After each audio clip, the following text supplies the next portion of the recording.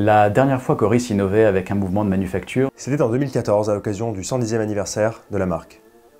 Joyeux anniversaire. Une innovation qu'on tente parfois à oublier, tant les Oris Diver 65, Pointer Date, à tendance index coquille d'œuf, lui ont volé la vedette. Il n'est pas compliqué de se laisser séduire par des montres joliment proportionnées, bien finies et qui restent accessibles. Revenons donc un instant en arrière et parlons Oris et technique. Et calibre 115.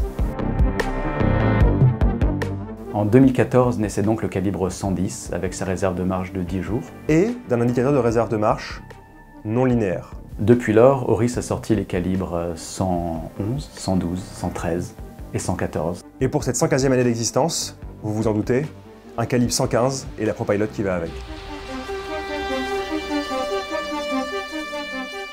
Cette ProPilot de son nom complet, Oris Big Crown ProPilot X calibre 115, turbine titanium, brushed, polished, métal, acier. super clasp, flip, open up. Non, je plaisante, c'est juste Oris Big Crown ProPilot X calibre 115, c'est déjà pas mal. Nous l'appellerons donc, par souci de clarté, Oris ProPilot X.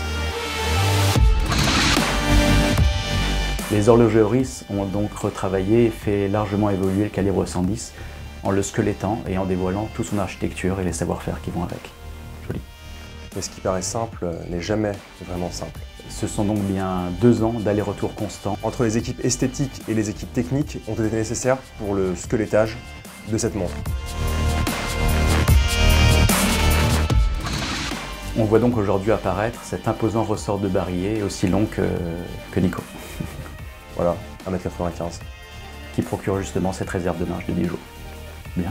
Un ressort de barillet qui change donc tout naturellement le visage de la montre en fonction du niveau de sa marche et de sa tension.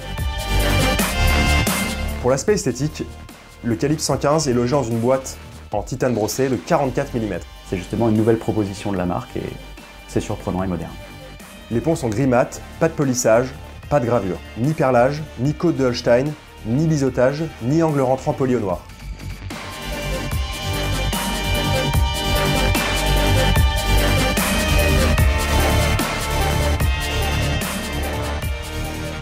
Pas d'excès de décoration, bien au contraire. Une montre qui vient pas s'exhiber, mais qui s'ouvre gentiment comme une petite fleur du Baden-Württemberg. Berceau historique de la marque. Joli, efficace. Plutôt canon.